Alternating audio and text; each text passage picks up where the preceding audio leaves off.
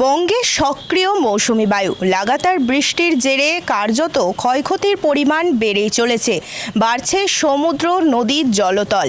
আর সেরকমই দীঘায় উত্তাল সমুদ্র। দীঘার উত্তাল সমুদ্রে পর্যটকদের জন্য জারি হলো বিশেষ নিষেধাজ্ঞা। এবার দীঘায় উত্তাল সমুদ্রে মাইকিংয়ের মাধ্যমে পর্যটকদের বিশেষ সতর্কতা, স্পিডবোট করে নজরদারি। ভাটার সময় যে সমস্ত পর্যটকরা সমুদ্রে স্নান করছেন তারা যাতে কোমরের বেশি জলে না নামেন এবং মদ্যপান অবস্থায় সমুদ্রে স্নান করতে না নামেন তার জন্য আবেদন জানানো হয় পুলিশ প্রশাসনের পক্ষ থেকে।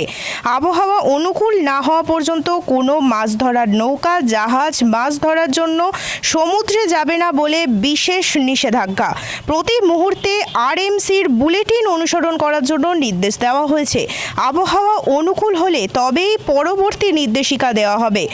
দীঘায় পর্যটকদের জন্য বিশেষ সতর্কতাও জারি থাকবে আপাতত।